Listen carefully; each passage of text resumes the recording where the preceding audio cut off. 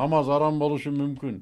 Адамга эң кыйыны күн сайын адам болуу дейбиз, Аял менен ынтымактуу жашаганды ажырашкан аялдан үйрөнсө туура деп эсептейм.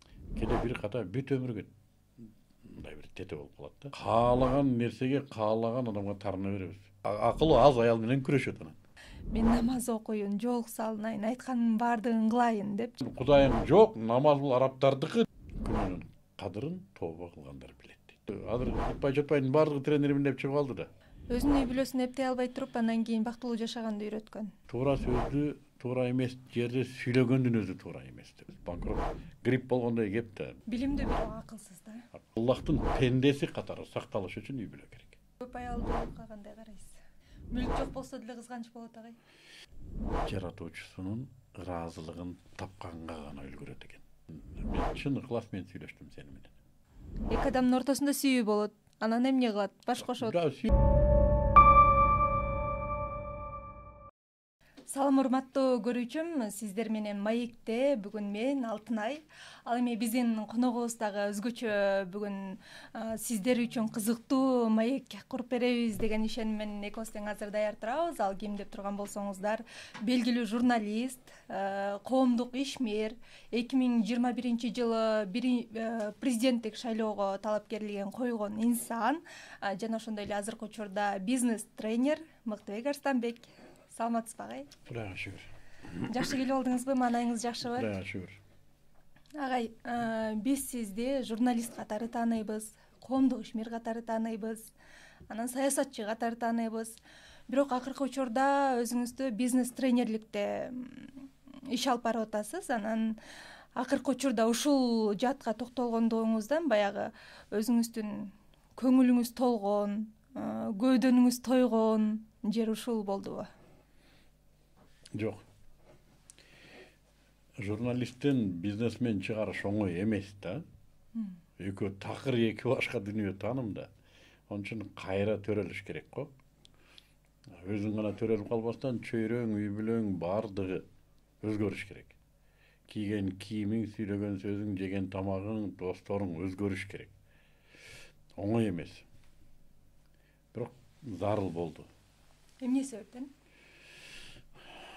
Бала кезден ушундай тарбия берилген окшойт. Раматылык атам ушу бизди ушундай үйрөткөн окшойт, элге иште деген нерсе болгон окшойт. Анан мен ушу ак эткенден так эле каерде бир кажет пайда болсо ошол жерге көкүрөк уруп көнүп калтырбыз.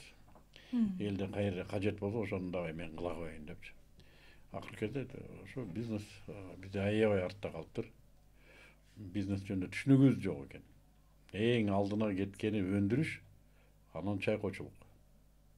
Элестет. Мигрант, психология жөн эле тентип кетмей өтүп калыптыр да. Жана илгерки иш жок, акча жок, андан келдикпи эмес, жөн эле тентип кетмей болуп калыптыр. Анан карасак, ошол эле учурда биякта чоң мамлекеттер, өлкөлөр турат. Бизде мынтип өтүп кетсе, туалетибиз толуп калат. Кой жоктон үйрөтүп эле деп анан ар бир үйдө бирден ишкер деген программаны иштеп чыктык. 7-8 жылдан бери ушу мен иштеп атам. Аргасы жана башка түшсө байтал жорго ошондой болду. Бизнес-тренерлик дагы бул бизнес. Албетте бизнес. Албетте бизнес. Окутасыз, үйрөтөсүз. Албетте. Башында биз алиги Бекердин эмес татып айткан да.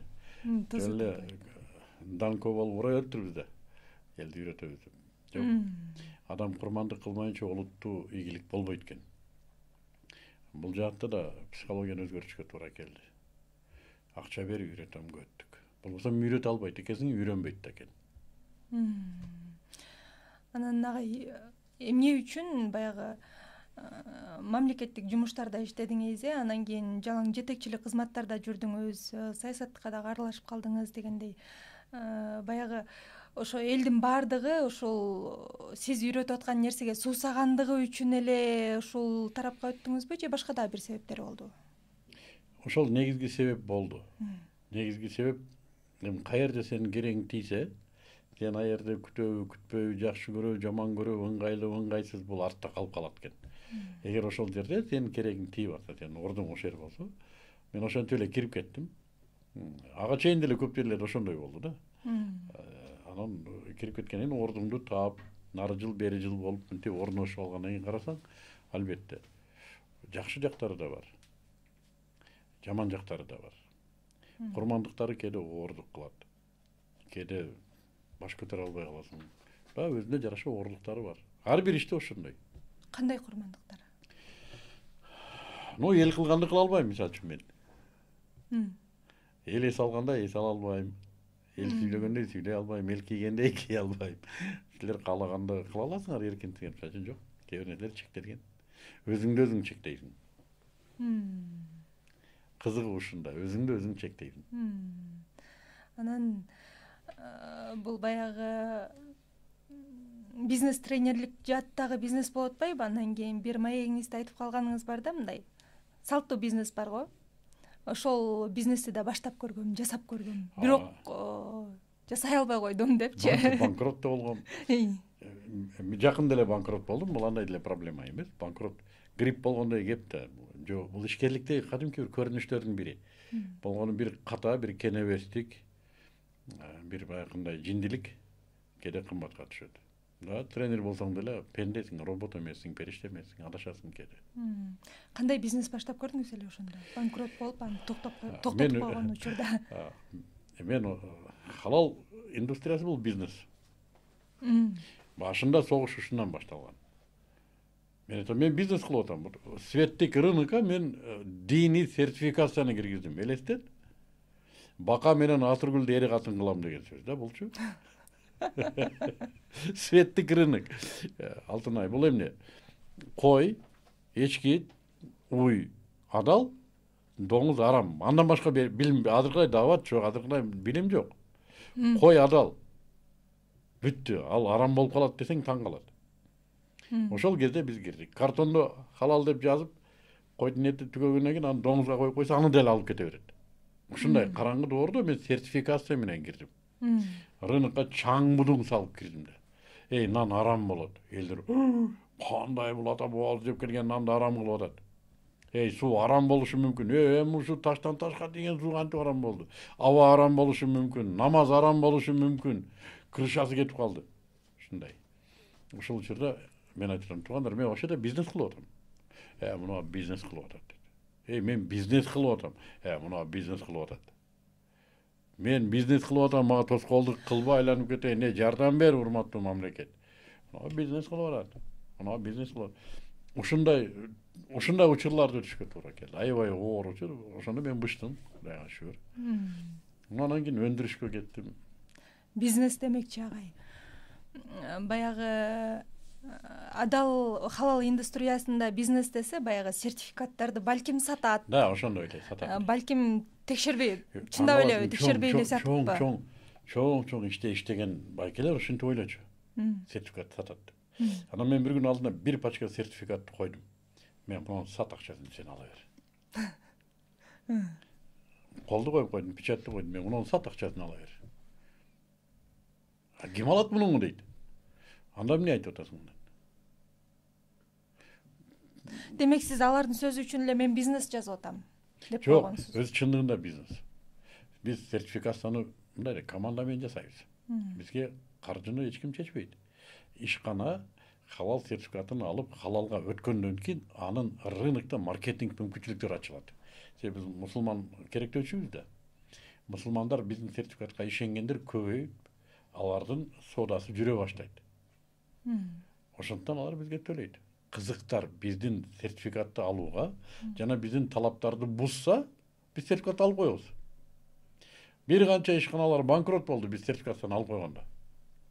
Тоготпой кээ бир биз айтканыбызды кылбайт, муну ода кылдың эле, муну кылба. Биз Кудай алдында жооп беребиз буга. Балдар андай кылбайлы, мындай кылбайлы. Отзывать этип коебуз, сертификатты жарыя беребиз. Мунуга биз сертификатты алып койдук. Бүт элдер жебейт. Элестет ушундай дисциплинасы күчтүү экен, алхамдулилля. Бир канча өтө көп, 20дан ашык ишкана банкрот болду. Азыр Кудайга шүгүр, өздөрү да намаз окуйт, көп жетекчилер, өздөрүнүн да жоопкерчилиги бар. Азыр бюджеттин опол тоодой бөлүгүн көтөргөн ишканалар ушу сертификат менен маркетингке чыккандар бар. Кудайга шүгүр, бекем кармашат. Өздөрүндө да жоопкерчилик бар. Биз да уктата койбойбуз. ооба агай. Халал боюнча сүйлөшүп калдык, эми халал темасын бүтүрүп коелу. Негизи биз тамак ашты халал эмес, адал эмес деп бөлөбүз, бирок азыркы учурда тамак аштан башка нерселерге дагы 24 saat 360 gradus. Көздүн маегибиздин да арам адалы бар. Демек буга да сертификат берсе болот. Ооба, уруксат, сертификат уруксат. Ушуну биз үйрөттүк, эми ушуну булар сактайт деген күбөлүк. Баягы диндин шарттарына негиздеп, анан түз коюрса боло берет. Адал арам бир гана дин. Ал адамдарга жагат, жакпайт, пайда, зыянын карабайт.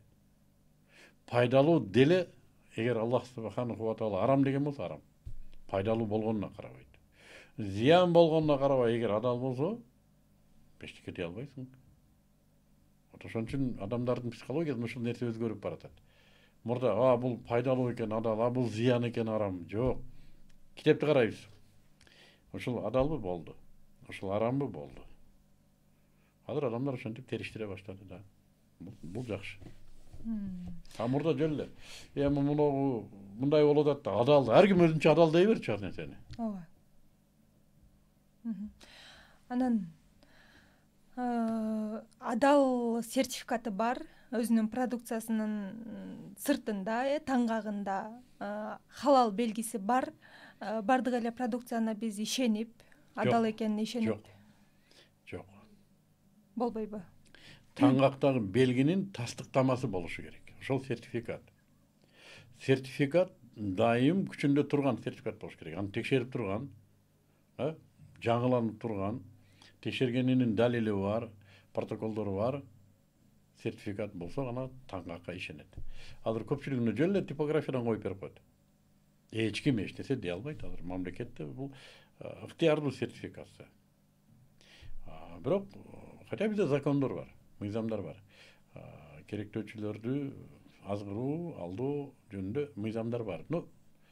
Мамлекетибиз азыр бир аз бул маселеде оңолуп келатат, Кудайга шүгүр. Келечекте бул да жолго түшөт. Мисалы агай, бир дүкөндөн же болбосо маркеттен бир продукцияны алайын деп атсаң, анын баягы сертификаты бар экенин же бар эмес экенин текшерүү үчүн баягы ошол дүкөндөн талап кыла албайсың да, ошол компаниянын өзүнөн талап кылыш керек да, туурабы? Ооба. Компаниянын өзүнөн талап кылыш. Иши көбүрөөк болуп калат экен. QR коду болушу мүмкүн, штрих код болушу мүмкүн. Азыр интернет бар, телефон менен мындай кылсаң чыгарып берет. Кеп ошондо мындай кылбай жей берет да. Канча убакыт сайын алар сертификатын жаңылап турушу керек? Биздин ишкананыкы 1 жыл. Биз 1 жыл талап, 1 жылдын ичинде жаңылабыз. Негизи Кыргызстанда бир эле ишкана бар да. Жок, бизде негизи Адилет министрлигинен өткөн бир канча ишканалар бар. Сертификат берүүчү. Мактанды дебегиле, рынокто лидери биз, ошон үчүн бизге ташты көп ыргытат, бизге көп ит үрөт. Ошон үчүн кербенибиз жүрүп турат. Анан агай, кээ бир учурда азыр эми баягы адамдык сапатка, пейилге өтө турган болсок, айтып коет эмеспи, ийилгенге ийилген, атаңдан калган кул эмес депчи. Анан кээ бирөөлөр ушуну бир аз туура эмес түшүнүп алабы, анткени кичипейилдик кылып, баягы жөнөкөйлүк менен баягы жакшы мамиле кылып сүйлөй турган болсоң, айрымдар сени төмөн жактагы эле бирөө экен деп анан өзүн тим эле бийиктен сезип сүйлөп калышат эмеспи? Бул учурда кандай болот, мисалы, баягы жөнөкөйлүк менен, кичпейилдик менен сүйлөп аткан адам уланта бериши керекпи же ордуна коюп коюш керекпи? Алтынай, ар бир иштин өзүнүн максаты болуш керек. Эмне үчүн сүйлөп атасың? Ушул нерсеге карап мамиле кылынат.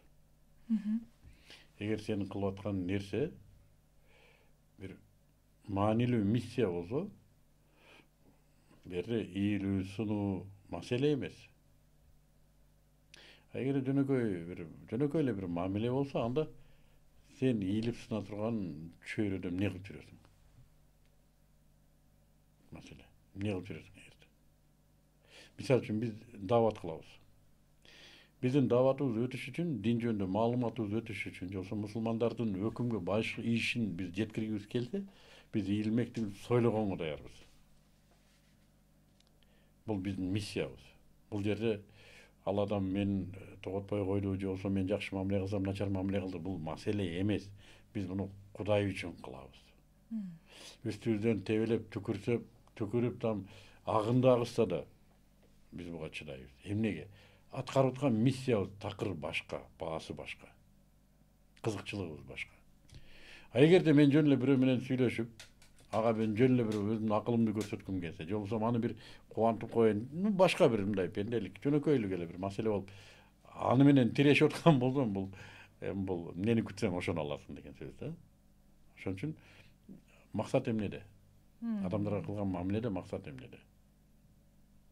Эгер адам мындай жөнөкөй мамиледе сен ийилсең ийилбей, сен ийилгениңди пастык деп аткан болсо, ал адам менен эмне жеп турасың а жерде? Сени баалабаган эшек менен эмне кыласың а жерде? Сен ийилгениңди түшүнбөгөн жираф менен эмнени сүйлөшүп турасың?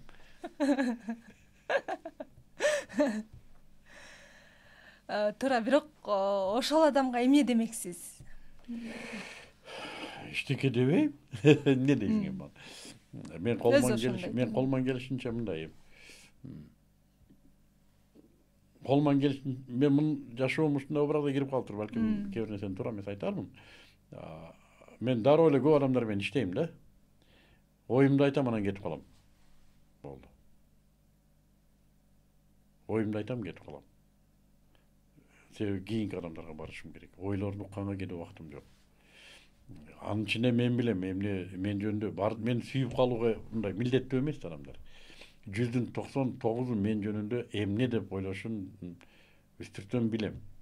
Жалаңыздар жана мен кечээ арак ичип жүргөн, бүгүн мындай деде. Эми адам да сүйлөйт. Бирок ал сүйлөп атат да, мен эмес. Ал анын проблемасы. Туура. Мен өзүм ишим бүтүрдүм, кеттим. Адамга эң кыйыны күн сайын адам болуу дейбиз, Анан бунун ичинде баягы адам күн сайын өзүнүн үстүндө иштеп, баягы балким жаманыраак жактарын, жаман сапаттарын жок кылып, жакшы сапаттарды иштеп чыгуунун үстүндө болсо, бул адам негизи өзүн өзү өзгөртүү кыйын деп айтабыз го. Өзгөртө алабы? Кантип өзгөртөт өзүн? Айтматов бул сөзгө кандай мазмунду койгонун билбейм, бирок бул биздин диндеги сөз. Адам күндө өзүнүн кул экендигин түшүнүүсү оор. Өзүнүн пенде экендигин түшүнүү оор. Анын үстүндө анын жаратканы бар. Аны жасаган Алтынай сени ага чейинкисин кой, 9 ай энеңдин жатынында сени персонально жасап чыккан жаратуучуң бар. Сени атаңдын уругунан миллиондогон уруктан бөлүп алып, именно сени тандап алып, сени 9 ай бою энеңдин жатынында жасаган, өзүнө жага турган кылып жасаган сенин эң бар. Сен төрөлөрүң менен энеңдин эмчегинен сага азык берип, сага тиш чыгарып, сенин денеңди азырга чейин жасап аткан жаратуучуң бар. Ошону күн сайын билип, күн сайын жаратуучум мага ыраазыбы, нараазыбы, айтканын кылдымбы, кылбадымбы деп алтынай болуп жашашың оңой эмес да. Ушуну айтабыз биз. Жана бул, эгер ушуну сезген адам болсо, өзгөрүү ибадат болуп эсептелет. Өзгөрбөшкө айла жок. Себеби кечеки суу бүгүн жок. Кечеки аба бүгүн жок. Бүгүн башка заман, башка доор. Бүгүн башка адамдар. Бүгүн башка ырыскы. Бүгүн кечеке караганда мен бир күн карыдым. Бүгүнкү жашоому, татыктуу жашоого мен милдеттүүмүн. Кечеки Муктубектин жашоосу бүгүнкүгө өтпөйт. Өзгөрүү просто милдет болуп эсептелет. Түшүндүрө алдымбы? Түшүндүрө алдыңыз агай. Сиздин курстарыңыз бар эмеспи? Өзгөртүү боюнча, мисалы, кечөөкү өзүңдүн версияңдан бүгүн жакшыраак версияда болуу сыяктуучу, Кээ бир адамдар бар го. Мен ушундаймын да. Мен ушинтип төрөлүп калсам эмне кылайын? Ушинтип жаралып калсам эмне кылайын? Тайыз ойлонгон адамдар. Жашоосу, өмүрү, өзү, келечеги, курчаган ааламы жөнүндө ойлоно албаган адамдар ушул ойлор менен калат. Сабаттуу адам бар, сабатсыз адам бар. Бирок акыл иштеген адам бар, акыл иштебеген адам бар. Кээ бир профессорлор бар. Кругозор деп коебуз. Билген аябай көп. Бирок акыл иштебейт. Кээ бир сабатсыз адамдар болот. Акыл укмуш иштейт. Чөлдө жүргөн караңгы кум менен чөлдөн башка эч нерсени билбеген бедуин жапай карап, төөнүн кумалагын карап туруп, Кудай бар болгондо да жалгыз деп айтат. Төөнүн кумалагын кармап туруп, эмне үчүн ойлонгонду билген үчүн. Кээ бир профессорлор бар, математиканы кой, топология илимдеринин доктору, академиктер бар. Кудайдын бар экенин билбейт. Эмне үчүн? Акыл иштеген эмес. То есть акылды иштетүү бул өзүнчө бир сыпат, иштете билүү, интеллект. Ошондуктан эгер акылды иштетпесе, ошондой ойлор менен жүрө берет. Билимдүү бирок акылсыз да. Адам жашоосунда көптөгөн чечимдерди кабыл алат. Күн сайын эле канча чечимдерди кабыл алабыз, майда жана чоң, Анын арасынан кээде ката кетирип алабыз. Ошол каталардан сабак алгандар болот, албагандар болот, чөгүп кеткендер болот. Же болбосо ошодон кайра бир мотивация алып, ошол катасынын негизинде кайра үйрөнүп чыгып, бир ийгиликке жетишкендер болот.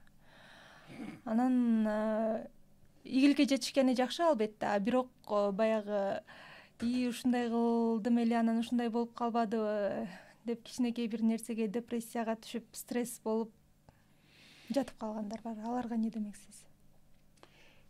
Биз робот эмеспиз. Бир нерсени дароо түшүнө койбойбуз. Компьютерге программа жүктөп койсоң, бүт ошол моменттен амалга киришет. Жок, биз адамбыз. Бизге кээде жөнөкөй элементардык түшүнүү үчүн жылдар керек болот. Биз периште эмеспиз. Ката кетиребиз. Бизди Аллах субханаху ва таала атайын ката кетирүүчү кылып жараткан. Эмне үчүн? Кээде ката күнөө өнүгүүгө шарт түзөт.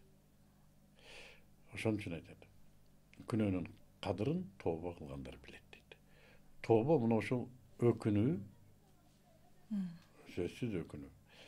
Кайра кайталабаска убада кийинки тепкиче көтөрүлүү. Ошону менен адам өнүгөт. Бир күнөөнү кайталай берүү бул эми акмактык.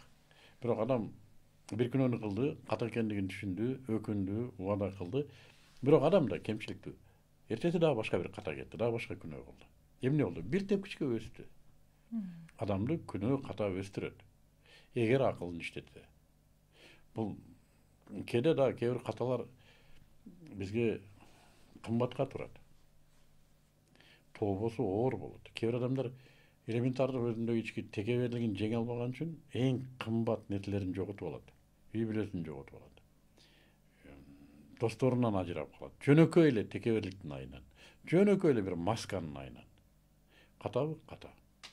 Кээде бир ката бүт өмүргө мындай бир тете болуп калат да. Демек, ошону түшүнө билүү акылды талап кылат. Жөн эле тооба кылбай эле, эчтекеден өкүнбөй, өзүн өзү калп жерде мотивация кылып чыгып кетүүчү десе, бул да акмактык. Аллах таала ушундай бир сонун сабакты берди да, сен аны аттап кеттиң. Жок, өкүнүү да керек. Түшүнүү да керек. Аны бир жөн эле өкүнүп, кайгырып, депрессияда эмес, тооба кылып да билиш керек. Унутуп да билиш керек. Кантип унутуш керек? Унутуу оңой. Аллах субханаху ва таала адамды унутуучу кылып жараткан. Инсан деген сөз унутуучу деген сөз. Насыйту деген сөздөн келет. Инсан унутуучу деген сөз. Биздин даже нейрофизиология ушундай. Нейрондук байланыштар актуалдуу болбосо артка өтүп кетет. Эмне үчүн анда биз унутайын деп аракет кылсак да унута албайбыз? Тетирсинче унуткуң келбейт. Ошол сени жашатат. Ошол ойлор сага энергия берет. Ошол ойлор кортизолду бөлөт. Ошол ойлор менен жашайсың. Ордуна башка альтернатива жок. Эгер ордуна башка альтернатива ой болсо, доминантага жаңы ой өтмөк. Башка эмнени ойлоносуң? Конечно, сен алдап кеткен, сен тарынтканды ойлоносуң. Ошого гормондор бөлүнөт, ошо менен жашайсың. Аны унутууга мүмкүн эмес да бирок. Эмнеге? Эгер андан күчтүү ой келсе аны унутасың автоматтык түрдө. Бир мисалды айтып көрөйүнчү агай. Жакында эле Instagram баракчабызга бир видео жүктөгөнбүз. Анда психолог баягы өзүнүн бир окуясын айтып берип атканда, атасы көп ишчү экен, анан кийин апасын аябай урчу экен, токмоктоп уруп, сабап иш алып, үй бүлөсүнө, балдарына дагы, аялына дагы күн көрсөтчү эмес экен да. Анан кийин ошол нерсени баягы атам өтүп кетсе дагы, апам экөө тең өтүп кетсе да дагы деле унута албайм, атамды дагы деле кечире албайм дейт да. Анан кийин баарынан маанилүүсү ошол видеонун астына комментарий аябай көп жазылды. Анан кийин карап көрсөк, ошентип атасына кек сактап жүргөндөр аябай көп экен агай. Көп. Себеби булардын жашоосунда башка олуттуу маселе жок. Мисалы ошону деген балким жакшы бир окуя болгондо, мисалы позитивдүү окуя болгондо басып кетет беле аны. Позитив эмес, вот карап кой. Мисалы үчүн азыр экөөбүз сүйлөшүп атабыз, экөөбүздүкү аябай олуттуу. Мына жерде өрт кетсе экөөбүз отурабызбы сүйлөшүп? Жок. Мына сүйлөшкөндү эстеп калабызбы? Кел, мен сени ушул жерден аябай ушундай бир намысыңа тийип катуу сөздөрдү айтайын, сени тарынтайын, өрт кетип атат. Сен эстеп каласыңбы ушуну? Качам өрттөн. Албетте да, эмнеге бул маанилүү. Түшүнүп атасыңбы? Адамдар ошол моменттен маанилүүнү билбейт жашоосунда. Эгерде ошол адамга жөнөкөй эле, мен психологиялык нерсени деле айтпайм. Жөнөкөй эле ошол адамга 3 мүнөттөн кийин өлөсүң десе, атасына кек сактап отурабы? Ага ким айтты 3 мүнөттөн кийин өлбөйсүң деп? Демек ал башка нерсе жок анын жашоосунда маанилүү. Ал жашоосун ошону менен өткөрөт. Бизге андан да оор нерселер болду го жашообузда. Андан оор нерселер болду. Эмнеге биз унутабыз? Жашообузда башка нерселер бар. Олуттуу маселелер бар. Бирок кашайып нафси ошону ойлогонду жакшы көрөт, ошону менен энергия алат. Ошол ага мотивация берет, ички мотивация берет. Кандай мотивация бериши мүмкүн ошол жаман окуя? Мотивация дегенде биз шыктануу эмес, ички мындай бир как-то жашаганга түрткү берет ошол ой. Ошону менен жашайт. Страдать этип жашаганды жактырып калган. Горе страдались. Атасы андай кылган болсо, атасы өзү жооп берет ага. Анын жашоосу кетти. Сенин жашооң турат. Мен ойлойм, өз деле атасынан жакшы болбосо керек башка маселеде. Адам да бул деле. Бу жерде маселе унута турган нерселерди унутуш керек, жашай турган нерсени жашаш керек. Тилекке каршы бизге ушул нерселерди тарбияда аябай чийки берген. Акыркы жылдары биз ушундай сезим маселесине бейбаш болуп кеттик. Тарыныштар бейбаш. Каалаганыбызга тарынабыз. Элестет. Каалаган нерсеге каалаган адамга тарына беребиз. Эмнеден? Биздин үмүттөрүбүз бейбаш болуп калды. Күтүүлөрүбүз бейбаш, беймани болуп калды. Ар нерседен үмүт кылып, мындай да, мен мындай деп каалаганмын да, мен мындай нерсени ойлогонмун да деп өзүбүз балким ишке ашпай турган нерсени моделдеп алганбыз. Анан биз айткандай болбосо, депрессиябыз. Өзү туура эмес жерге тийип алган. Тандоосу туура эмес. Оюнда бир мындай, эртең менен турса бир крокодил. Ким анан депрессияга түшөт? Ушул да. Өзү Жалал Абадка кеттим да, Алматанын жолуна түшүп алган. Караса Алматага келип калган. Кимге тарынат? Алматага тарынат. Анан мен өзүм ушинттим дебейт ал. Маселе ушунда. Кырдаалды кабыл ала билиш керек демек. Бала кыялдык көбөйүп кетти. Олуттуулук азайды. Тарбия азыр интернетке өтүп кетти. Эне жок тарбиялаган. Эненин өзү интернетте отуруп. Балам мешать этпесин деп баласына карматып койгон телефонду, өзү бир телефондо отуруп. Азыр аял, эркек мурдакыдай жок сүйүү. Экөө төшөктө жатып, эки башка жакты карап, телефон чукулайт. Азыр үйдү үчүнчү күч пайда болгон үйдү башкарган. Билесиңерби аты ким? Телефон. Шайтан дейт. Аллах субханаху ва таала үй бүлөнү бейиште куруп адамга көрсөтүп берди. Мынау сенин үйүң, мынау үй бүлөң. Мындай өкүм болот, а мынау сенин душманың. Жерге түшүп, эми ушуну унутпай жаша деди. Адам аны унутту да, эри катын душман болуп калды. Азыр эркектер катыны менен айтышат. Катыны ери менен мушташат. Мурда деле болчу да. Жок. Мурда иба болчу. Мейли, аял киши иба көрсөтсүн мурда. бирок мурда деле Мурда эри катын эркектер, сабаганда аялы менен күрөшчү эмес. Шайтан менен күрөшчү. Азгырык менен күрөшчү. Азыр аны унутуп калды, аял менен күрөшөт. шайтан Мен менен тоолбой кантип атат, мен күрөшчү? айтканым кылбай атат. Өз башым чогулуп кетти деп. Аял менен күрөшөт. Иш айтып коет, аялдын акылы аз деп коет. Аял акылы аз деп алып, өзү акылы аз аял менен күрөшөт анан. Үчүнчү күч каякта отурат, буручта каткырып коюп отурат. Уруштуруп. Уруштуруп коюп. Эр ким өзү? Эр десе бул атасынан алган. Атаңдан жакшыраак карайм деп алган киши да. Туурабы? Эмне болду анан? Же башка бирөөгө тийип алды өзү. Же өзү тийип алды адашып. Агай, мурда эркектер катыны менен урушпачу, шайтандар менен урушчу деп атпайсызбы? Ошол жерин бир аз түшүнбөй калдым. Эркектер аялдарды азгыра турган нерселердин алдын алчу. Аялдарды коргоочу азгырыктан. Кийиндирчү. Мамилесин тартиптечү. Адал тамак кармачу. Эли журтта кармачу аялын. Тууган урук менен кармачу. Куранда айтат Устазбилла инне кайда хунна азим. Аялдардын амалы өтө улуу дейт. Аялга ушундай мүмкүнчүлүк бериптир. Аябай амалкөй болот экен. Аялды үй менен бекем кармаш үчүн эркектин мээнети тууган уругу менен, эли журту менен, төркүнүн жакында койбой. Вот. Төшөгү муздабасын деп. Койчу айтып отурсаң, нарыкта аябай көп бул нерсе. Ошентип анан үй менен кармайт экен, азгырыктан сактайт экен. Бузукулуктан сактайт. Тыл бекем болгон. Азыр бүт бар жок ачылып калды да. Анан шайтан аялды азгырбаганда кимди азгырат? Аял аркылуу бешти азгырган адамды. Эркек аркылуу келиши оор. Аял аркылуу келет. Эркек ошону коргогон. Кызганыч дегени коргоо. Бүгүдө жылаңач алып чыгып алып, достору менен бийлетип коюп анан токмоктош бул кызганыч эмес. Кызганыч ошого жол бербеш. Аялдын урматын, сыйын коюш. Үйдү бекем кармаш. Эркек өзү иман болуш аялга.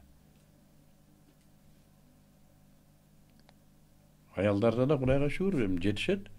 Но бирок айтайын дегеним эми аялдарга инсап берсин. Акыркы кезде мен айтып калдым, мен бу Кудай өзү гана оңдош керек буларды. Оңдобосо азыр биздин күчүбүз жетпейт ушу. Ачык сөз ушундай. Аял чыгып кетти көчөгө. Чыкты, эли бойунан Анын себеби эмнеде? Эркек виноват дей берет азыр. Себеби ошо бизде эркектерде биз дос болуп алдык аялдар менен. Биз атасынан бийик болушубуз керек эле да. Эркек карап кой. Аял ушундай бар экен да, атасы өлсө ыйлабашы мүмкүн. Ери өлсө боздойт да. Биз ушундай элек даражабыз. Ким болдук азыр? Ушуну биз алдырып койдук да. Азыр кетсең кете бер дейт. Сенсиз деле жашайм дейт. Биздин аялдарыбызды бирөө ушинтип койду. Биз. Алтынай биз. Азыр эли бой аялды сура. Эркектер дейт. Да? Азыр мына кечинде чыгайлы экөөбүз. Кафеде толо аялдар отурган болот. Кимисинин ери келип, кеттик үйгө дейт. Кетеби артынан? Кетеби? Өтө опасный маселе. Мен айтканымды балким бир-эки адам түшүнөр. Кудай алдында кандай жооп берерин билбейм. Ошол эркек аялдын ортосундагы баягы сиз айткан мамилени кайра кайтарып алууга болобу? Бир эле жол бар. Дин. Экөө макул болуш керек ошого. Болорунча болдук экөөбүз. Сен бияка тентип кеттиң. Мен бияка тентип кеттим. Балдар мындай болду. Атасы жиндинин бири жинди, энен жинди, энеси жинди, баары жинди болду. Кел, эми сен да өлөсүң, мен да өлөм. ишенесиңби ушуга? Ишенем. Анда ыймандуу экенсиң. Эми давай мына бир эреже менен жашайлы. Алдыга бара турган жаратуучубуздун эрежеси менен жашайлы. Макул десе ушул үй бүлөнү сактайт. Башка сактабайт. Оронуп алганың деле, сакалың тизесине түшкөнү деле дин менен келишим жүрбөсө бүттү, үй бүлө бүтпөйт. Азыр оронгонун, сакалчанын өзүнүн, ушу мусулмандардын өзүнүн үй бүлөсүн динге кайтарып аябай чоң проблема. Намаз окуйт, ибадат кылат, орозо кармайт, бирок дин менен жашашы өтө кыйын. Интернет деген устаз чыкты. Мындай экен десең, аның мындай экен деп чыгат. Азыр оронгон шайтандар чыкты аялдарга. Мындай кылыш керек, эр менен мындай кылыш керек. Өлбөй тургандай болуп калды азыр. Ошон үчүн азыр жөн эле билбедим мен кандай. Мен айтып атам, ушу дин сактайт. Каерде тунук дин үйрөтүлүп аткан болсо, эр катын пөтөңдөп, колду кармап, чөгөлөп барып ошол жерге отуруш керек. Башка куткаруучу жол мен, балким мен аябай мокок адамдармын, мен көрбөйт. Кимдир бирөөгө балким бул жашоо жагат. Эр өзүнчө жашайт, аял өзүнчө жашайт, келет да үйдө мындай бир жатакана, общежитие. Балким, но бирок өлөрүнө ишенген, Раббысынын алдына барарына көзү жеткен мусулманга бул кыжалаттык. Бул жакшы жашоо эмес. Ошону же аялы, же эркегинин бири гана түшүнгөн болсо, акылдысы же аялынын же эркегинин бирөөнүн кабары жок болсо, бир эле адам ошону сүйрөп кете алабы, күйөөсүнө же аялына түшүндүрүп? Бир маселе мындай, Алтынай. Өзү чындыгында адам колунан эч нерсе келбейт. Адамдын колунан аракет гана. Натыйжа Аллахтан. Эгер акылы тетиги, көзү жеткени, ыйманы зиреги, давай муну кылайлы деп, чын калыс кылса ушуну, Аллахым ал кулум десе ал сакталып калат. Натыйжа Аллахтан. Болгону биздин каалообуз чын ыкластан, амалыбыз, аракетибиз. Ушуну эле жолго койсо, Аллах өзү ал жагын оңдойт да. Оңдобой койбойт. Уадасы ушундай. Аракетке берекет. Анан биздин коом азыркы учурда жана сиз айтып өткөндөй, динди бир башка өңүттөн таанып калгандай сезилет да, баягы сиз айтып өтпөдүңүзбү? Аты бар, намаз окуйт, орозо кармайт, ыймандуумун дейт, бирок заты жок. Өзүн алдоо. Өзүн сооротуп, өзүн алдоо.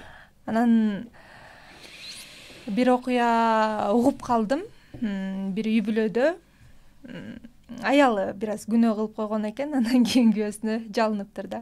Мен намаз окуйун, жоолук салынайын, айтканын баардыгын кылайын депчи, болбосо эми анын ары жагында болбосо.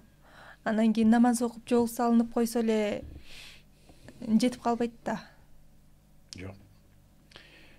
Эгер ушуну айткан болсо, бул 199-ун кылды уже. Айткан сөз үчүн. Айтып атпаймынбы, натыйжаны Аллах берет. Эгер ушуну чын ыклас менен айткан болсо, ошол сөздүн урматына деле кылымдар жетпеген натыйжаны берип коюшу мүмкүн. Биздин Раббыбыз ушундай мээримдүү. Мага бир карыш чылсаң, мен сага бир кадам таштайм дейт. Ошону да кашайып айтпайт да. Кана айтсынчы ушуну. Муну тооба дейт. Түшүнүп алдым, ушуну тооба дейт. Кана ушуну кылсынчы. Хотя бы. Айтсынчы деңиз.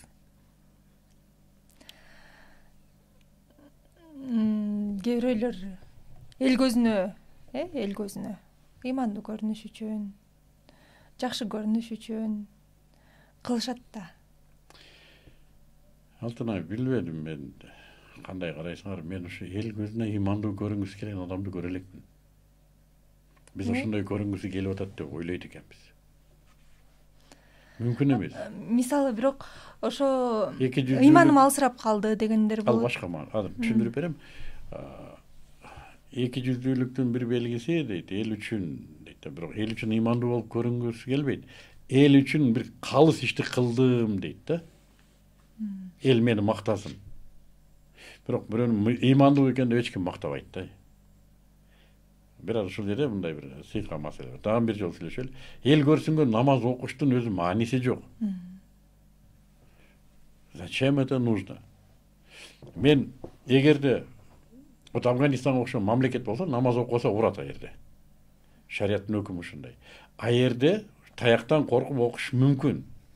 Ичинде ишенбесе да. Бирок бизде ким аны токмоктойт? Бизде ачыгын эле айтып, мен Кудайың жок, намаз бул арабтардыкы десе деле эч ким эчтесе дебейт. Какой резон ему просто читать намаз? Мен мындай окуя көрө элекмин деген ушундан да. А вот мен сакалчамын, өзүмдү аябай кайрымдуу адам көрсөткүм келип, эл көзүнчө бир нерсени берип, спонсор болдум деп мактанганым бул башка маселе. Бул бир аз калыстыктан тайган маселе. Имандуу болуп көрүнүү эмес, кайрымдуу болуп көрүнгүм келсе, бул башка маселе. Мактанчак, тыгыраак болсо керек. Хотя биз айтабыз, ну хорошо, эл көрсүнгө деле болсо бир жардам берип койчу бирөөгө. Давай, биз кол чабайлы, давай. Да, биз кол чабалы. Молодец деп кыйкырабыз, давай. Эл көрсүнгө да кылбай кыйнагандар бар да. Туура.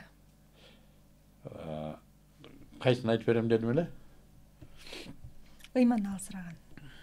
Ыйман алсыраган. Адам ишенимине жараша мамиле кылат. Эгер мына суу таза экендигине ишенсем ичем. Ишеничим күчтүү болсо ичем. Ишеним арабча ыйман. Ушул суунун таза экендигине ыйманым бекем болсо ичем. Ичпей атамбы? Подозревать этип атамбы? Демек ыйманым алсыз ушул маселеге. Ишенимиңиз. Да, менин амалдарымдын аз көлөмүнө жараша ыйманымды өлчөсө болот экен. Эгер бир нерсеге ишенсем, мен ошол маселе, мисалы үчүн мен азыр бир иште акча көп түшөрүнө ыйманым бекем болсо, мен ошол ишти кылам. Ыйманым бекем экен мунун. А эгерде мен көзүм жетпесе, жөн эле жүргөн болсом, ыйман алсырап кетиптир, мунун ишеними алсырап кетиптир деген сөз. Келиңиз эми кыска суроолордон бир аз мен сизге суроо берем. Ооба же жок деп жооп бересиз. Тандоодон же чечим чыгаруудан адашкан учуруңуз болгонбу? Дайым. Коомдо маалыматтын көбөйүшү стрессти дагы көбөйүп жатабы? Сөзсүз. Жаштар арасында популярдуу болуу чоң жоопкерчиликпи? Албетте. Жоопкерчилиги бар адамга. Саясатка дагы бир жолу кайтып келүү тууралуу ойлондуңуз беле? Токтоттум деп ойлойм, эми Кудай билет. Сизге сын айткан адамдар болобу? Мен сын укпасам өлүп калдымбы деп ойлойм. Айтылган сын ошол сындардын арасынан катуу тийген болгонбу өзүңүзгө? Болот. Адаммын да мен деле. Пайдалуу калп айткансызбы? Айткам. Дагы эле айтам кээде. Пайдалуу дегенде анда шарият уруксат берген чекте. Шарият бир 2 учурда уруксат берет. 3 учурда. Массалык маалымат каражаттары сиздин оюңузду туура эмес жеткирген учур болгонбу элге? Болсо керек, бирок эсимде жок. Но мен адатта бир адатым бар. Мен текшерем. Чыгардан мурда. Оңдойм. Ушундай бир адатым бар. Демек болгон эмес окшойт анда, халал индустриясынын сертификаты бар компанияга 100% ишенүүгө болобу? 100% ишеништи өзү туура эмес. Биз Кудай эмеспиз да. 100% гарантияны Кудай гана берет. Но бирок биз колубуздан келген иштин баарын кылганыбызга жооп беребиз. Элдин ишенимин жоготкон лидер кайра ишеним таба алат деп ойлойсузбу? Да, тапса болот. Руханий өнүгүү билимден дагы маанилүүбү? Руханий өнүгүү билимден маанилүү. Пайгамбарыбыздын билими болгон эмес, сабатсыз болгон. Руханийдин туу чокусунда. Пайдалуу калыптар кандай болушу мүмкүн, агай? Аялыңды сүйбөсөң, сүйөм деп айтсаң болот. Уруксат. Эки адамды жараштырыш үчүн калп айтсаң болот. Позитив калпты. Сени муну сыйлайт экен. Согушта калп айтсаң болот. То есть колго түшүп калсаң, туткунда калп айтсаң болот. Сиз кандай калпты айтасыз? Жараштырыш үчүн. Адамдардын бири-бирине жүрөгүн жумшатыш үчүн. Сен бул аябай сен жөнүндө жакшы сөз айтты. Сен бул аябай сыйлайт экен. Кайчы дейт. Ушундай учурлар болгон. Коомдо маалыматтардын көбүшү стрессти дагы көп кылып атат дейбиз. Адамдар кереги жок маалыматка да кирип атат дейм. Анан кийин ал аң сезимдин түпкүрүндө мусор көп болду. Аң сезимдин түпкүрү мындай жанагындай лайкаланган учурда кыжалаттык көбөйөт. Адамдардын анықтығы азаят да, күмөн көбөйөт. Баягындай жөнөкөй эле нерселерге арсардык пайда болот, тайсалдоо пайда болот. Бул кыжалаттык, бул стресс. Информация аябай көбөйүп кетсе, адам чечим кабыл алыш кыйын дейт. Шум, ментальный шум. Анан кайсысын сиздин баягы жүрөгүңүзгө тийген, ойлондурган? Мен шариятты бузуп койгондон корком. Мыйзамды бузгандан тыям, өзүмдү адепте уялам. Ошо үчөөсүнө тиешелүү сын болсо тынчым кетет. Кандай сындар болду эле? Мен ибадат маселесинде сынды көп угам үйүмдө. Үйүңүздө болгондо ошондо үй бүлөңүз сизге айтышат. Да каяктан. Саясий маселелерде мыйзам боюнча, бизнесте мыйзам боюнча кээде эскертүүлөр болот мага. Агай эмнерим оңдоп койбосоңуз болбойт деп. Но адепте да кээде болот. Кээде адепти да бузуп коюш коркунуч болуп калат кээде. Адамсың деп. Кээде озган жаман сөз чыгып кетиши мүмкүн, пенделик кылып. Кээде чарчап турганда бирөөлөргө жакшы көңүл бура албай калышың мүмкүн. Кээде жөнөкөй эле көз карашың текебер көз караш болуп калышы мүмкүн. Байкабаган абалда. Корком ушул учурларда уялам, келип кечирим сурайм элден. Байкабай бирөө жарымга не то карап алган болсом, копол тийип алган болсом деп кечирим сурайм көбүнчө. Коомдогу руханий, анан моралдык кризис жөнүндө дагы айтып каласыз. Бул көйгөйдүн негизги себеби, тамыры каякта жатат? Динсиздик. Классика. Кудайсыздык. Ит бар го, Алтынай. Менмин деген дөбөт. Мисалы үчүн жанагы питбулдар бар. Бир тиштегенде 12 атмосфера тиштейт да. Ошонун ээси жок болсо, бомж ит болуп каңгып калат. Ээси болсо ит болот, иттик кылат. Ээси менен ойнойт, ээси берген нерсеге ыраазы болот. Да? Ээсин күтөт, ээси жаман көргөндө ал да жаман көрөт. Ээси сүйгөндө ал да сүйөт. Ээсиге баалуу нерселерди коргойт. Ушуну менен ал иттик, ит мардайып басат ээсинин алдында. Адам Кудай болсо ушундай жашайт. Кудай жок болсо каңгып калат. Ошон үчүн кыжалаттык болот. Каяктан келдим, неге келдим, неге жашап жүрөм, неге мынтип атат, неге мындай болду? Жооп жок. Эмне үчүн Кудайыбызды тааный албай атабыз? Караңгылыкта. Көп нерсени өткөрүп ийебиз. Бизге берилген көп белгилерге маани бербей калабыз, алаксып. Ошол эле маалыматтык шум алаксытып коет. Кээде азгырык өзгөчө азгырык акылды чачат. Балким кээде үйрөнгөн эмеспиз ишенимге. Ишенүүгө да үйрөнүш керек экен. Тарбияланыш керек экен. Адам ишенүүгө тарбияланыш керек экен. Ишенүү жөндөмүндө жок болсо, бул да кыйын. Койчу адам болдуңда, Кудайың жок болсо, жашоодон не кызык? Ошон үчүн коомдо ушундай стресс. Кудай бар болсо адам кадыржам жашайт экен. Себеби билет. Аны угуп турат. аны көрүп турат, келечек анын колунда, жооп берет, ар бир нерсе сүйлөшөт, асыреттешет, эч кимге айтпаган сырын ал билет. Алтынай, сен мени жубата албашың мүмкүн, бирок мени Раббым жубатат. Мени апам, мени төрөгөн энем менин көңүлүмдө сөз таппашы мүмкүн. Бирок жаратуучубуз табат бул сөздү. Мен ошон үчүн ошол сөздү айтам да, мусулмансың десе, алхамдулилля дейт, Кудайга шүгүр мусулманмын дейт. Себеби мен Кудайымды тааныйм дейт. Ушундай бактылуулуктун сөзү да бул. Алхамдулилля Кудайым бар мен дейт. Ошон үчүн бул чоң бакыт. Аллах өзүнө приемныйына эч кандай тоскоолсуз кирүүгө уруксат берип койгон адам бактылуу да. Түрмөдө болобу, суунун түбүндө болобу, киттин курсагында болобу, каерде болбосун, элибой моментте Раббым деп кире алат анын кабылдамасына. Мындан өткөн не бар?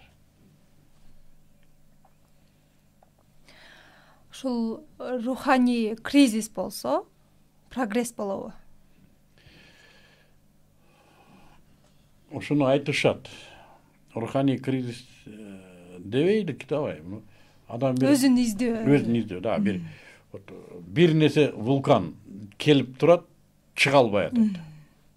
Ушу буруксуп, оолук туруп, иште ушинтип дүүлүктүрүп турат, чыга албай атат. Ушул нерсе сен ушу жанагынтип туйлайсың да, тура албай бир жерде. Анан жарылат да, ушуну айтып атса керек прогресс. Кээде пассионардык жарылуулар да ушундай. Гумилевдо келет, Лев Николаевич Гумилев деген окумушту өттү. Ошондо пассионар жөнүндө аябай айтылган. Аябай тарыхчы, философ киши да, ойчул киши. Коомдордун пассионардык өнүгүүсү ушундай ойгонууну шарттайт дейт да. Ушу коом кээде ушундай, мисалы үчүн бизде 90-жылдар болду да. Кичинекей болсо да, бирок пассионардык өсүү болду да. Бир жарылуу болду. КДК келди, там Акаев бийликке, демократтар да. Бир пассионардык кыймыл болду. Коомдун өсүшү болду. Ушу эмнеден болду? Буулугуп турган ушундай. Ертең буулугуп кетирген жарылды. Анан социалдык тармактарда комментарийлерден же болбосо мындай элдин деле оюн угуп калабыз го.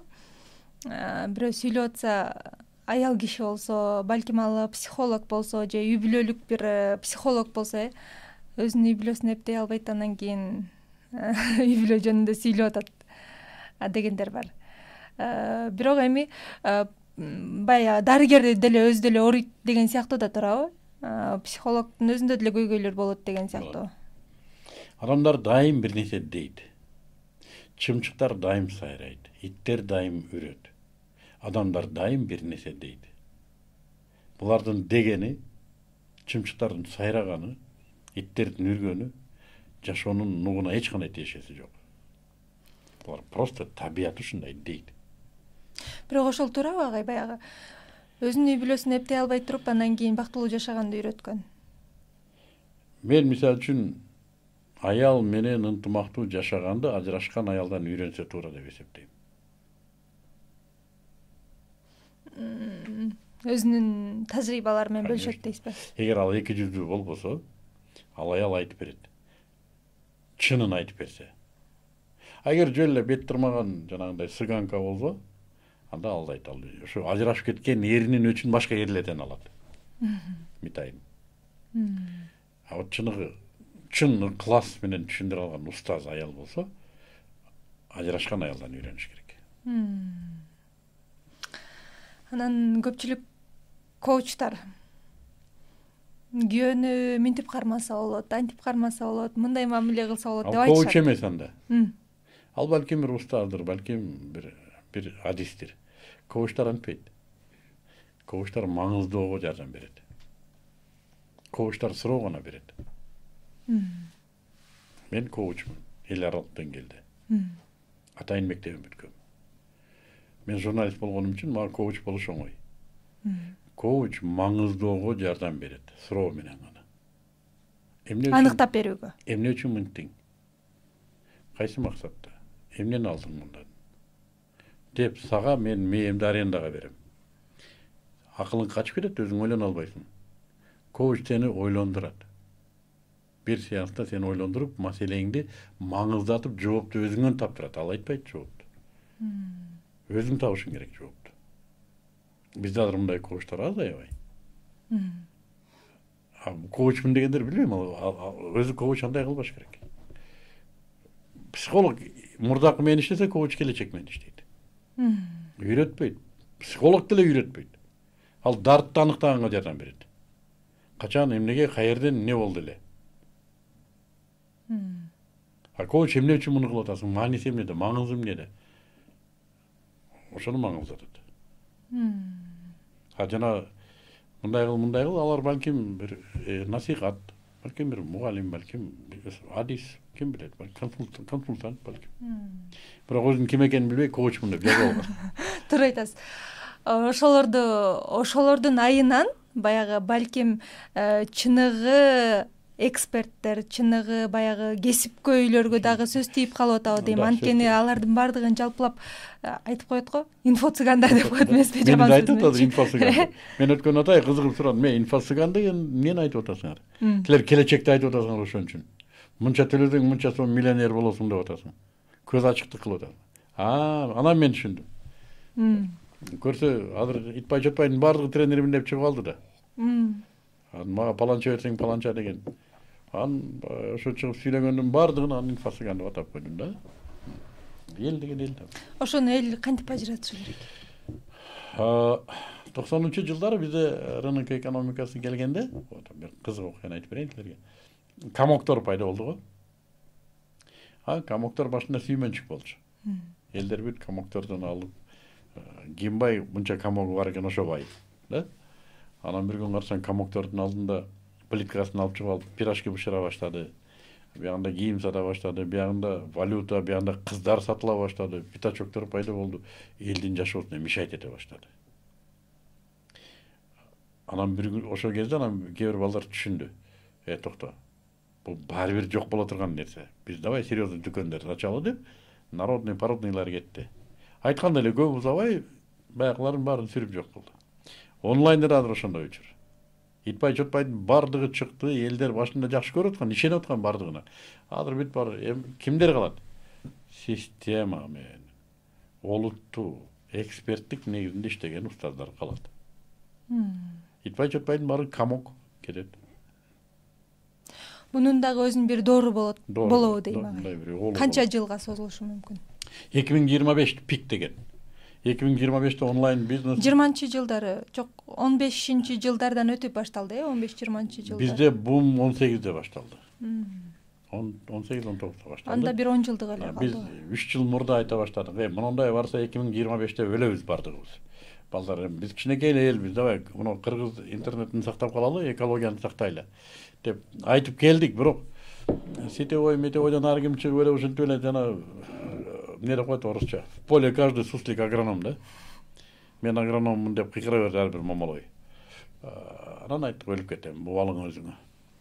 Күчтүлөр калат, калганы сүрүлөт дедик. Айткандай эле, азыр менмин деген тренердин 199'u жок. Уже кыйынчылыкта. Ошон үчүн быйыл аныкталат окшойт. 25 пик, элек 26'da олуттуулар иштей баштайт окшойт. Олуттуулар ошо менен калабы же? Да, олуттуулар чоң акчага кетет, жакшы. Менин оюм, натыйжа Аллахтан го. Биздин талдообузда ошондой, олуттуулар жакшы акчага чыгат, жакшы кызмат да кылып берет деп ойлойм. Себеби алар сактанып калыш үчүн, инфо-цыгандардан эленип калыш үчүн алар өзүнүн үстүндө иштеген да аябай. Бышкан аябай. Алардан жакшы пайда чыгат. Бул тармакка келүүмдүн негизги себеби баягы элдерге билгени менен бөлүшүү деп эдиңизби, бирок өзүңүздө да кызыкчылык бар да, акча каражатын табуу деген сыяктуу, Акча каражатын мындай принцип бар. Мен бекер окутпайм деген. Бекер окутса, мен окуттук 1-2 жыл. Бекердин баркы жок. Натыйжа болгон жок. Адамдар баалабайт экен. Анан акча жакшы түшөт экен. Биз салыгыбызды төлөйбүз. Анан түшкөн акчаны биз кайрымдуулукка иштетип ийдик бүт.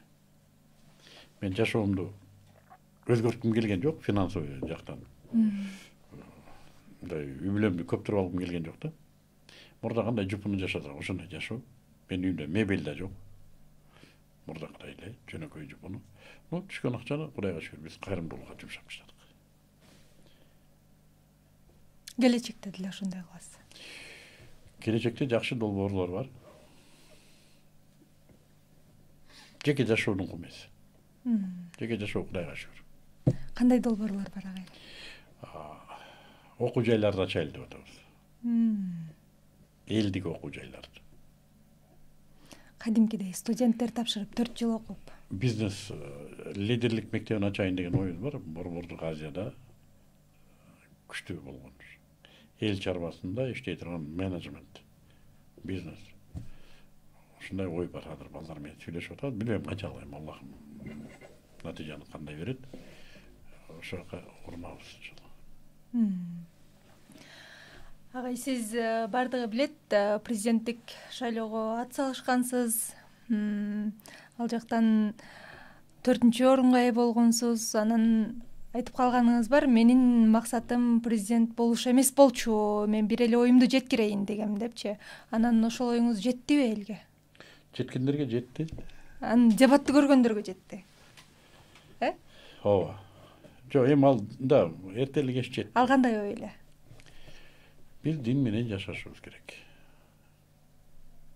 Мен азыр деле ушул ойдомун. Ушу менен келатам. Келегеним ушул ой менен, Аллахым ушул ой менен алса мени. Биз дин менен жашашыбыз керек. Муну кимдир бирөө жакшы дейт, жаман дейт, ал анын ою. Мен эч ким менен талашпайм. Менин оюм ошо. Шайлоодо мамлекет мүмкүнчүлүк берет. Трибуна берет. Укугуңду коргойт. Сени сыйлайт. И мен ошондон пайдаландым. Алдыда шайлоого дагы оюңуз жок? Жок, азыр мамлекет өнүгүп атат. Мешайт этким келбейт. Бирок баары бир башкалар ат салышат да. Сала берсин. Мен элимди жакшы көрөм.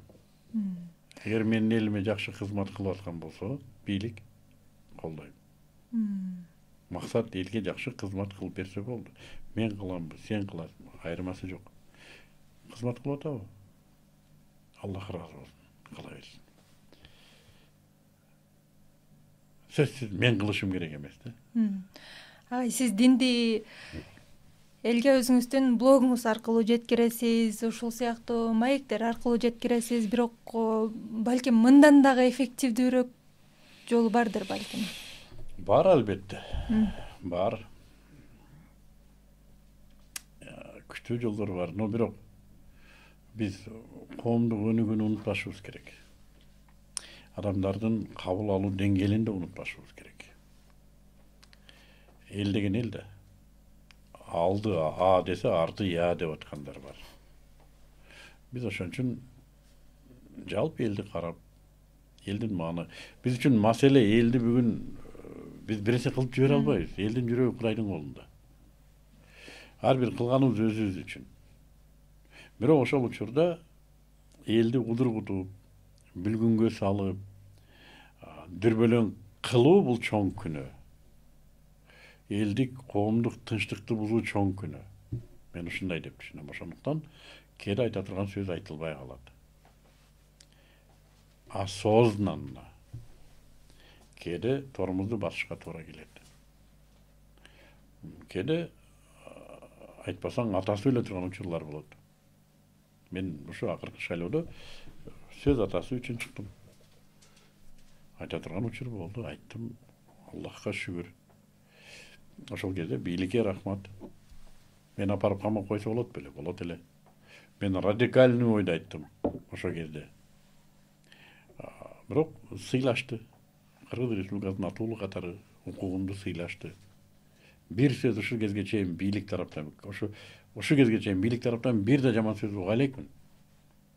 Даже бир-эки жолу сыйлашты. Урматымды койду. Эми ушунчалык болот да. Ушунчалык болот да, андан артык не? Кудайыма шүгүр. Анан айта турган кезде дагы эле айтабыз, уга турган кулак бар, ага айтабыз кээде. түшүнгөндөр бар. Жөн эле чыгып эле кыйкыра бергендин өзү да туура эмес. Биздин бир устазыбыз айтат, туура сөздү туура эмес жерде сүйлөгөндүн өзү туура эмес деп. Мен ушундай деген ойдомун. Айта турган жер бар, айтпай турган жер бар, айта турган сөз бар, айтпай турган сөз бар. Кырдаалга жараша болот. Ошон үчүн азыр Кудайга шүгүр, үй бүлө маселесинде, бизнес маселесинде, аял эркек маселесинде бир аз динде артта калып атабыз. Муну жакшыраак түшүндүрсөк жакшы болот эле. Шайтандан бир аз күчтүүрөөк иштесек болот эле. Балким эрлер чыгар бул маселеде, балким биздин чыган кыздарыбыз чыгар бул маселеде, биз кылбаганды кыла турган. Калган маселеде Кудайга шүгүр. Жөн эле элди дүрбөлөңгө салган мен жеке мен өзүм позициям туура эмес деп эсептейм. УТРКда жетекчилик кызматта турган чагыңызда аргасыздан, өзүңүз каалабасаңыз дагы бийликтин үнүн, бийликтин сөзүн жактап берүүгө, аргасыз жактап берүүгө баягы эмне деп коет, аргасыз болгон, мажбур болгон учуруңуз болду беле? Баягы өзүңүздүн болгон, бирок мындай аргасыздан эмес. Мен ошол зарылдыкты түшүнгөнүмөн. Менин жеке позицияма каршы болушу мүмкүн. Атуулдук позициям буга ыраазы эмес. Мындай болбош керек. Бирок мамлекеттик азыркы кырдаалда ушул талап болуп атканын түшүнгөнүм үчүн наразы болсом да өзүмдүн граждандык жеке өзүмдүн наразылыгымды четке коюп барган учурум болгон. Эшекти мактаган учурум болгон. Өзүм коркконуман эмес. Ошол зарыл болгон ошол учурда. Эшекти аргымак деген учурум болгон. Эмне үчүн зарыл эле? Өлкөнүн тынчтыгы үчүнбү же? Азыр унутуп калдым, бирок мен ушу факт эсимде калган. Мен ушуну уялбайм. Мен даже эрдик деп эсептейм муну. Ошол кезден баштап ошол кезге чейин бир да адам мени ошонун үчүн мындай бир жекире элек да. Кимдин эсинде болсо да уул балалык болду деген. Да, мен ошол кезде бүлгүн салсам болот эле. Дүрбөлөң кылсам болот эле. Бирок мен ошону кылбадым. Мен молодецмин. Андай учурлар көп эле болсо керек же ошол бир эле учур болгонбу? Эми ар кандай масштабта болгон. Мен мисалы үчүн атуулдугумду аябай сезген адаммын. Мен эч качан бийлик туура кылып атса да, туура эмес кылып атса да, атуулдук позициядан карачумун.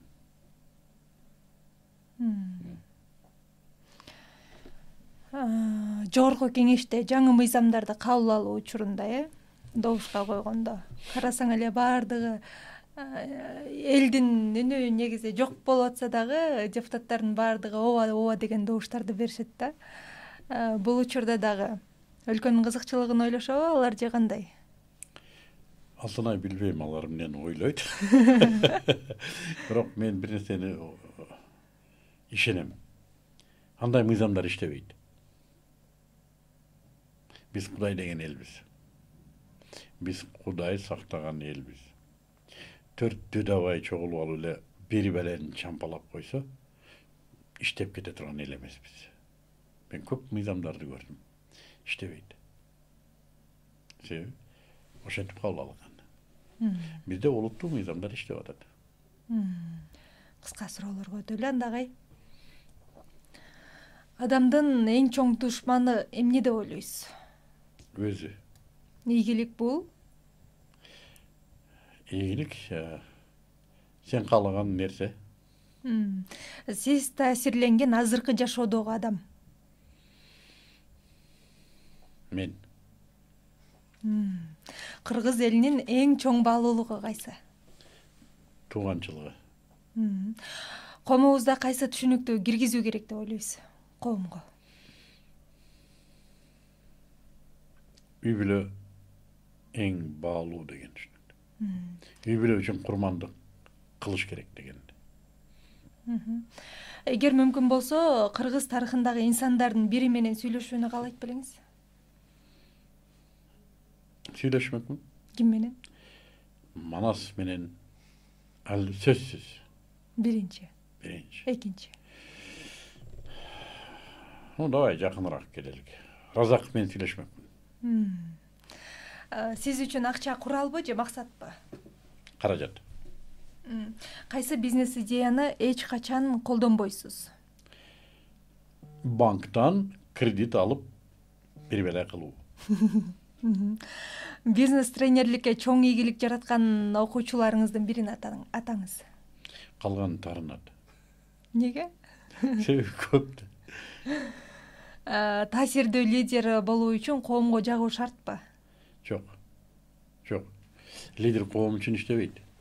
Лидер өзү үчүн иштейт. Ушуну туура түшүнүш керек. Лидер коом үчүн иштебейт, өзү үчүн иштейт. Ошондуктан аны коом ээрчийт. Вот куштардын учканын көрдүңөр беле? Ылый болуп учат. Ал эки тарабын тизип алып учпайт да. Ал өзү учуп кете берет. Артынан беркилер ыкташат.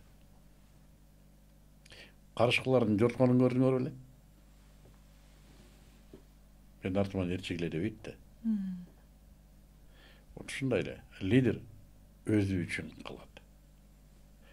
Ал начальник эмес, ээрчиткич эмес, мотиватор эмес. Ал просто өзү үчүн жоопкерчилиги, өзүнүн жоопкерлиги үчүн кылат. Мен жооп берем ушуга дейт. Анан калгандары ээрчийт, онун аркасында пайда бар дейт.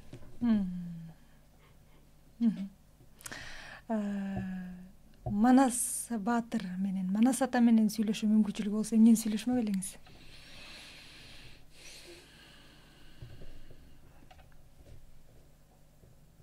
Дин жөнүндө сүйлөшөм, албетте. Манаста 6 жашында жана 40 жылденди жолуктурат да. Анан ошол жерден анан динге кызыгуусу башталып, танышып, ошо Сагынбай Розбаковдун айтымында бир да барагы дин айтылбаган, Аллах айтылбаган жери жок да, ошол вариантта. Мага аябай кызык. Эгер Манас бабабыз баары бир уюгунда бирөө бар да. Ошол киши диндар болсо, ошол кездеги дин кандай болду экен? Ошол кезде адамдардын түшүнүгү дин боюнча кандай болду экен? Аскеринин намаз окуганын элестет, сапта туруп, имамдыкта Манас турат. Манас бабабыздын шейит кеткенин элестет, намаз окуп аткандагы. Ким эмне дебесин, атай бул Манаска да эме болду да. Манас эпосуна да аябай чоң чыккынчылыктар болду. Булгоолор болду. Муну элдин жүрөгүнөн алып, бир мистикага айландырып берүү аракеттери да болду. Ошон үчүн бул Манас даават китеби өзү. Биз Озеки жамак уламыш менен тарбияланчубуз да. Нарк ушундай келди да. Анан ушу дин тарикатын ошо Манас аркылуу жеткирди деп эсептейм мен. Эпос аркылуу. Башында кара сөз болгон дейт. Кийин анан ушу жамакка өттү дейт да. Демек идеясы ушу динди жеткирүү. Манастын жүрөгү бул чоң казат. Чоң казат согуш, диний согуш. Газабат. Ошон үчүн суроолорум көп. Исхак Разаков менен кайсы үмүттө баарлашмаксыз? Манас бабабыз мамлекеттүүлүктүн идеясын таштаган болсо, моделинде жасаган болсо, кылымдар өттү, кырчын эрлер буга курмандык кылды. Юсуп Абдрахманов Сталинге кирип атып, чек арасын белгилеп чыкты. Исхак Разаков мамлекет курду. Кадрларын жасады, устаканаларды жасады, заводдорду, фабрикаларды жасады. Чыныгы мамлекетке айландырды. Мамлекеттүүлүктүн жана бизде окуткан укук жана мамлекет теориясынан өзгөчө суроолорду бермекмин. Мамлекеттүүлүктүн негизги устуну эмне?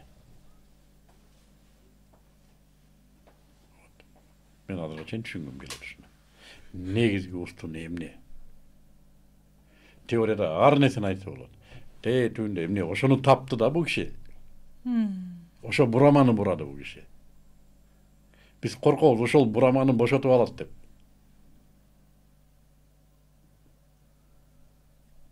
Ошол бураманы таппаган үчүн өтө көптөгөн элдер мамлекети жок.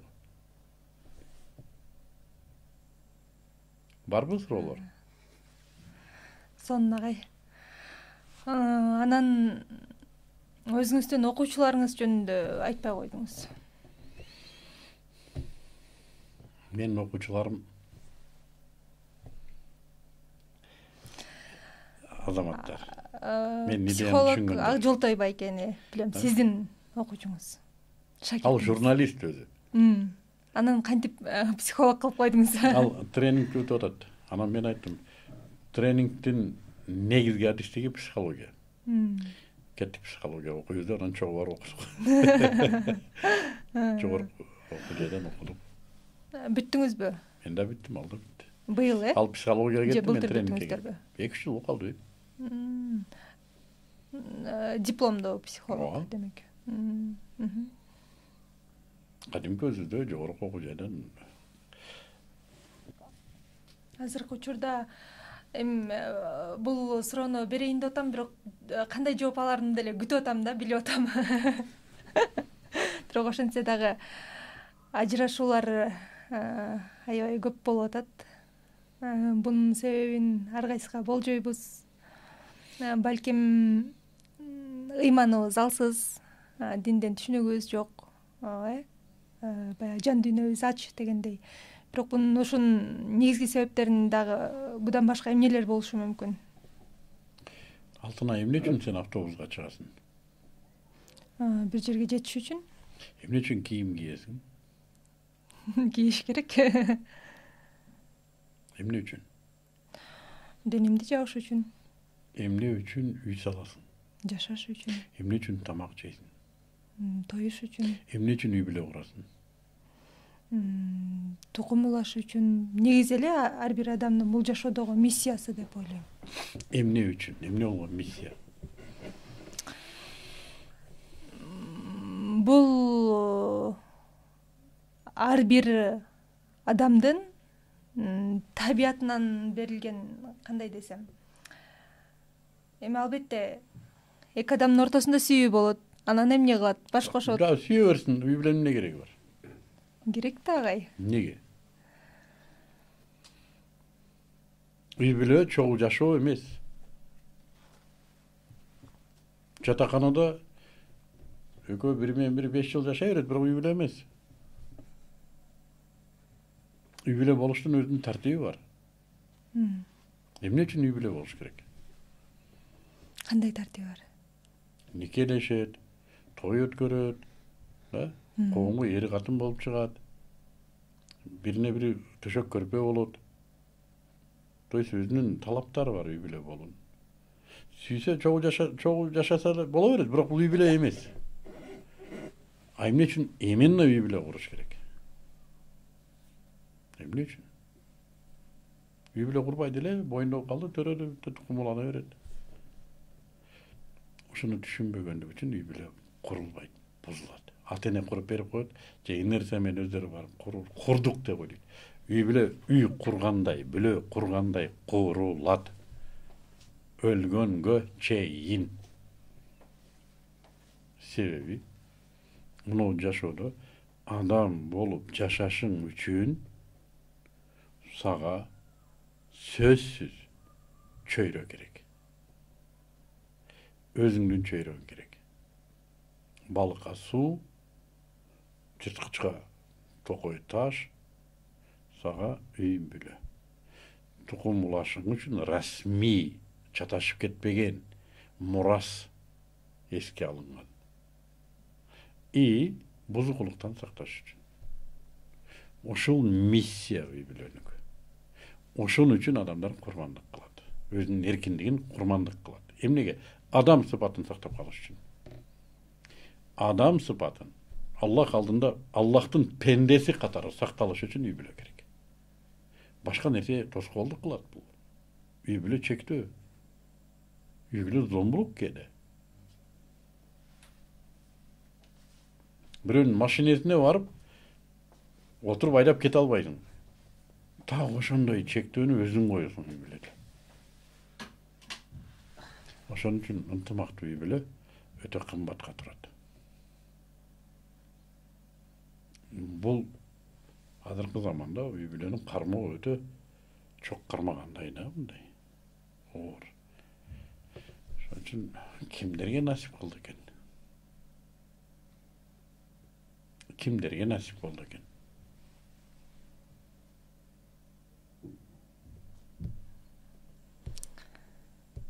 туура. Демек негизги миссияны түшүнбөйт экенбиз. Да, автобуска эмнеге чыгып атасың? Билбейм. Чыктым, бел чыгып атыптыр. Неге кийиндиң? Неге кийиндиң? Аны жылаңаш жүрөйүнбү? Кийип алдым. Эмнеге оокат жедиң? Курсагым ачтыр, эмне кылай? Үй биле ушундай болгон. Эмне? Үйлөн деди, анан я бул мени алып качып кетти да. Ошо эч кандай. Бирок үйлөнүшүп атат, анан ажырашканда эле баягы өзүнүн адамдыгын жоготуп коюп аткан жок да. Да. Адамдыгын жоготуп коюп атат деген сөздү кайсы мунарадан карайбыз? Өзүбүздүн мунарадан карасак, да, адам хайван эмес. Кафеде оокат жеп атат. Таза кийинип жүрөт. Эгер Аллахтын мунарасынан карасаң, ким ал? Динден карачы, ким ал? Биз ошону айтып атабыз. Бул диний талап. Бирок динде деле барбы, агай? Эгерде үй бүлөнүн мамилеси келишпей кала турган болсо, аял жубайынын жакшы мүнөздүү ажырашуу бар. Аллах Таала арамдардын ичиндеги, адалдардын ичиндеги эң жийиркеничтүүсү талак деп айтат. Адал. Бирок эң жийиркеничтүүсү. Бири-бириңерди сүйбөй калышыңар мүмкүн дейт. Ыктымал. Жүрөгү оорутпай, тууганчасынан ажырашкыла дейт. Жакшы мүнөздүү. Бул мусулманчылык сыпаты. Бири-бирине бокшубабай, балдардын алдында атанын кутун кетирбей, балдардын алдында эненин абийирин төкпөй, жакшы мүнөздүү. Бирок бул эң акыркы уже болбой калганда. Такыр болбой калганда уже. Зачем бири-бирибиздин жашообузду булгайбыз? Bir бала болсо. Атак кээбирлер бар, 6-7 баладан да ажырашам дейт. Токто. Бул жерде сен отун болуп аралан. Бул жерде сен таш болуп талкалан, бирок кал үйдө. 6 бала бар. Бул эл уже. Бул эл уже. Айыл. Бул бир уруу. Сенин жеке амбицияң никакой роли не играет мында. Бул бир эл, 6 бала, бул эл уже. Жоопкерчилик бар да бери. Албетте иман болсо. Иман жок болсо анда кеп жок.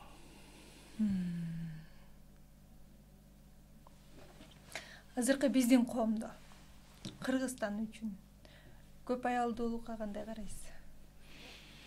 Мен Кыргызстан, Өзбекстан, башка планета айырмасы жок. Эч кандай карабайм. Каршысыз? Каршы да эмесмин. Кудай сактасын, Кудайдын өкүмүнө кантип каршы болобуз? Макул да эмессиз. Колдобойм да. Потому что бул ар бир адамдын өзүнүн жеке чечими. Үйлөнөм деген эркек түрмөгө камасаң да үйлөнөт. Үйлөнбөйм дегенге катыны үйлөп койсо да үйлөнбөйт. Так что бул жөн эле болбогон сөз. Мыйзамдаштырууга макул эмессиз? Жок, бул мамлекеттин иши да. Мыйзамдаштырса бир жери бар. Ансыз деле үйлөнгөндөр үйлөнүп атат. Бирок аялдардын укугу мамлекет тарабынан корголбойт. Экинчи аялдын, экинчи үй бүлөнүн укугу, мурас танылбайт. Байбиче илип кетет бардыгын. Мамлекет расмийлештирип койсо, ошол экинчи үй бүлө да мураска ээ болот. Бул бир эмеси. Муну биздин кээ бир баягындай эмелер түшүнбөйт да. Булар жанагы мамлекет уруксат берип койсо, анын өзүнүн сайпана ери үйлөнүп кетчү деп коркот. Анын сайпана ери ал бузукулукка барат, үйлөнө албайт. Андан коркпой эле койсо болот. Анан кээрлердин просто ичи күйдүлүк. Булар жаш кыздарга үйлөнөт. Жок, андай эмес. Бул мамлекеттик мыйзамдаштыруу бара турган жер ошол укук маселе. Баары бир үйлөнүп атат. Үйлөнүп туруп таштап кетип калып атат. Бирок жашырын үйлөнүп атат. Таштап кетип калып атат. Элестет, 1-2 баланы туудуруп коюп кетип калып атат. Кайра байбичесине. Жок, дагы бирөөнү алып кет. Ал байкуш эч жака бара албайт аттанып. Эч нерсе бир да үлүш ала албайт. Күнөө иш кылып атпайбы? Күнөө иш кылып атпайбы булар? Туурабы? Эмнеге күнөө? Анткени жашырып алып атат. Аялы билбейт. Аялы билбегени күнөө деп эсептейсиңер. Биз аялдын уруксаты болуш керек да. мындай кылайлык. Биз күнөө деген маселеде динди карайбыз. Динде деле аял уруксат бериш керек да, туурабы? Кайсы динде? Биздин динде. Же мен билбеймби бул тууралуу? Менин оюмда десең туура болот. Менин оюмда. Жок, андай жок. Аялдын билиши, билбеши. Анан бул жашыруун эмес. Уруксаты кереги жокпу демек? Кайсы аял уруксат берет? Кеде. Агай, сиз анда ачык эле үгүттөп аткан сыяктуу болуп калып аткан жокпу? Биздики аялыңардан уруксат албай эле койгула, мейли жашырынып жашай бергиле деген сыяктуу болуп калып аткан жокпу? Мындай. Жок, кечирип кой. Жашынып жашай албайт. Нике кыйылган. Нике жашыруунга каршы. Никеде күбөлөр бар. Кантип жашынат? Эгер ал никеси жок үйлөнсө, ал күнөө. Ал ойноштук. Азыр никеси жок эле. Ал ойноштук ал. Биз үй бүлөнү айтып атабыз. Үй бүлө нике менен. Нике бул ашкере. Жашыруун нике болбойт. Айры күбөлөр болуш керек. Аялынын билбей калганы, балким ал ушундай бир уйты кылып бекиткен. Туура агай. Мен буну чын эле ойноштук менен алмаштырып атыпмын. Анткени азыр биздин коомубузда деле бар да. Көрүнө эле экинчи, үчүнчү, төртүнчү аялдар менен жашап аткандар, туурабы? Мен аялынан жашырып ойноштук кылып аткандарды айтып атам. Бул бузукулук, бул биздин динге эч кандай тиешеси жок. Бул жеткен бузукулук, бул опат алып келе турган, элге Аллахтын каарын алып келе турган күнөө. Мына Кудай сактасын, экинчи аял. Бул аял эмес бул. Аял деген вообще башка даражада бул. Кимге насип этти десең, бул аял деген бул бакыт да бул. Аны чаташтырбаш керек. Аялынан жашырышы, аялынан корксо жашырат да байкуш. Ошондо азырчы аялдардын бардыгы демек бул боло берет турбайбы деп күйөөлөрүнөн чечинип баштады болуш керек. Жок, боло бербейт. Боло бербейт. Жоопкерчилик бар, ыйман бар. Кудайдан коркот. Ал экинчи аялды никелеп алды да. Аны да багыш керек, анын да туугандары менен катташыш керек. Анын да балдарын тан алыш керек, элге алып чыгыш керек. Боло бербейт бул. Ошон үчүн муну ар ким кыла бербейт муну. Мен кээде айтам, эрлериңер үйлөнө албайт, эмне сен чычалап атасың? Жөн эле спокойно жашай бер, ишенбесең үйлөп койгун, кечинде келип алат, эмне кыларын билбей. Десем дагы андан бетер чычалайт, тергип. Эмне менин эрим антесиң деп. Эрлер бар, эркектер бар да. Бунун айырмасы бар. Эркек башка, эр башка.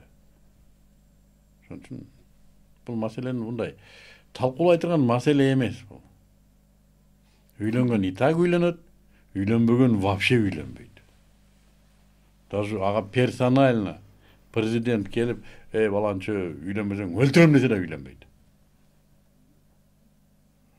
Мен айтып атам. Үйлөнөм дегенди үйлөнсөң өлтүрөм десе да үйлөнөт. Так что бул маселе жабык маселе. Буга убакыт кетириштин өзү туура эмес. Менден көп сурайт ушуну. Мен жооп деле бербейм. Бул жана булут ак беле кара беле, же болсо булут ташка тийеби тийбейби, же болсо булутта балыктар чөгөбү чөкпөйбү дегендей маселе да. Орусчаны пустая трата времени. Кечиресиз, эме да бар да. Мисалы, эки аялыңдан балдарың болсо, балдарыңда бири-бирин тааныш керек да. Обязательно. Байке эже депчи, ошо катташыш керек. Эгер аялынан коркуп атса, дотпайлыбы? Коркуп атса үйлөнө албайт ал. Аялынан корккон ал эр эмес да. Аялынан жашырып кылган нерсенин бардыгы бул болбойт. Не то что болбойт. Көпкө жетпейт. Үй бүлөдө. Кесепети кандай болот? Кесепети скандал, ажырашуу, травма, жек көрүндү, туугандардан чыкмай, бирин кой бермей, ошо менен бүтөт. Ошон үчүн көпчүлүк ойноштукка барат. Буга аялдар макул. Неге? Потому что бул ойноштун эч кандай укугу жок да байкуштун. Перебесится, вернется дейт. А тиги эрин талашып атат, там уже это серьезный конкурент, блин. Эй, мамлекет деп кыйкырат.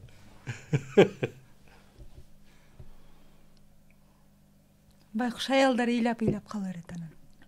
Өзү алдына тупой аялдар ыйлайт. Ыйлабай эле коюш керек.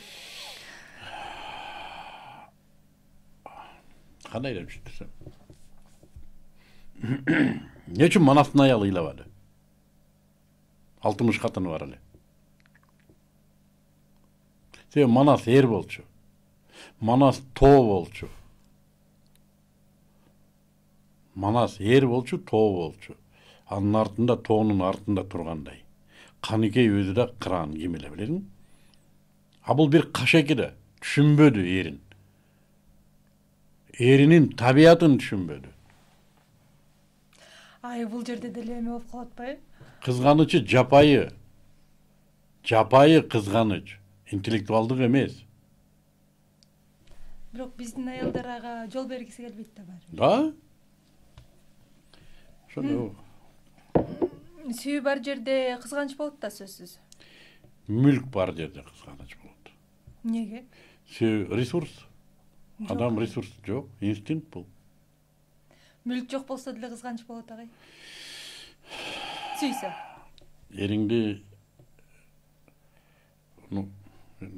сен эмес, сен башка бирөөнү айтайын. Эр аял үчүн на подсознательном уровне.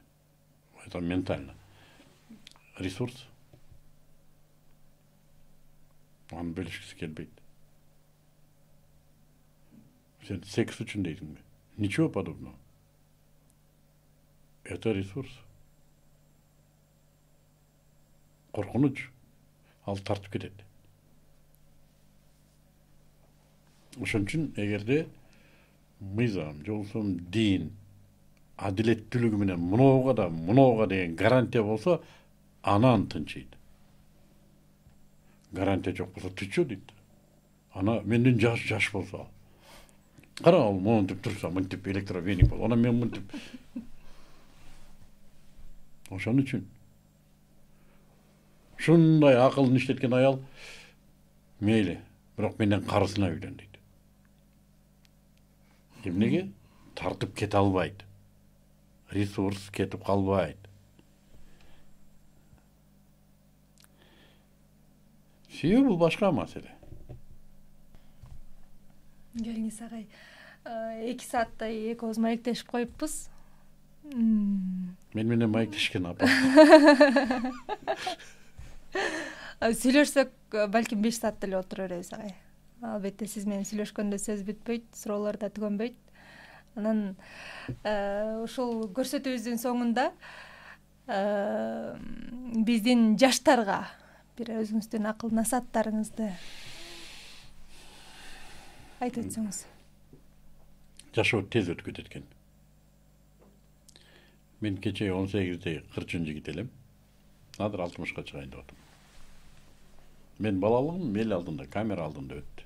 То есть өмүрүм камера алдында өттү. Ишенбесе барактап көрсө болот. Тез өтүп кетет экен. Видеону канча мүнөт көргөн болсо, ошончо менин өмүрүм болгону. Демек, бир нерсеге үлгүрүп калыш керек. Ал нерсе эмне болушу мүмкүн? Адам бир эле нерсеге үлгүрөт экен. Башкага эч нерсеге үлгүрбөйт экен. Бул ушундай жашоо экен. Бир эле нерсеге. Жаратуучусунун ыраазылыгын тапканга гана үлгүрөт экен. Калган эч нерсеге үлгүрбөйт экен. Даже өзүнүн аялын ыраазы кылганга үлгүрбөй калат экен. Так что, урматтуу жаштар, ар нерсеге оруна бербегиле. Ушул. Ар нерсеге орунбай, ордуңарды тапкыла дейсизби? Рахмат агай, жакшы маек болду. Чакырып турабыз, келип туруңуз. Сиздин дагы Эми биздин сунушту четке какпай келип бергениңизге рахмат албетте. Эми муну силерди комментарий менен да ташып бараңыз. Чакырбайсыңар го. Мен ошон үчүн чакырбайт. Неге? Скучный разговор. Жок, агай, жакшы болду. Силерге рахмат. Рахмат. Мен кээде мындай интеллектуальный интервьюларга баргым келет. Канча катының бар, канча балаң бар? Эмес. Ооба. Чыныгы көңүлдө мындай көңүлдү актарган маектер болсо чоң рахмат Алтынай.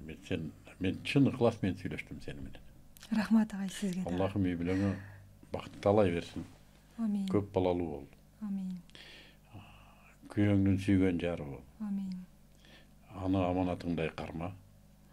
Түз жолуңан жазба. Жылдызың бар экен, өчпөсүн. Амин агай. Айтканыңыз келсин. Кабыл болсун. Чоң рахмат батаңызга.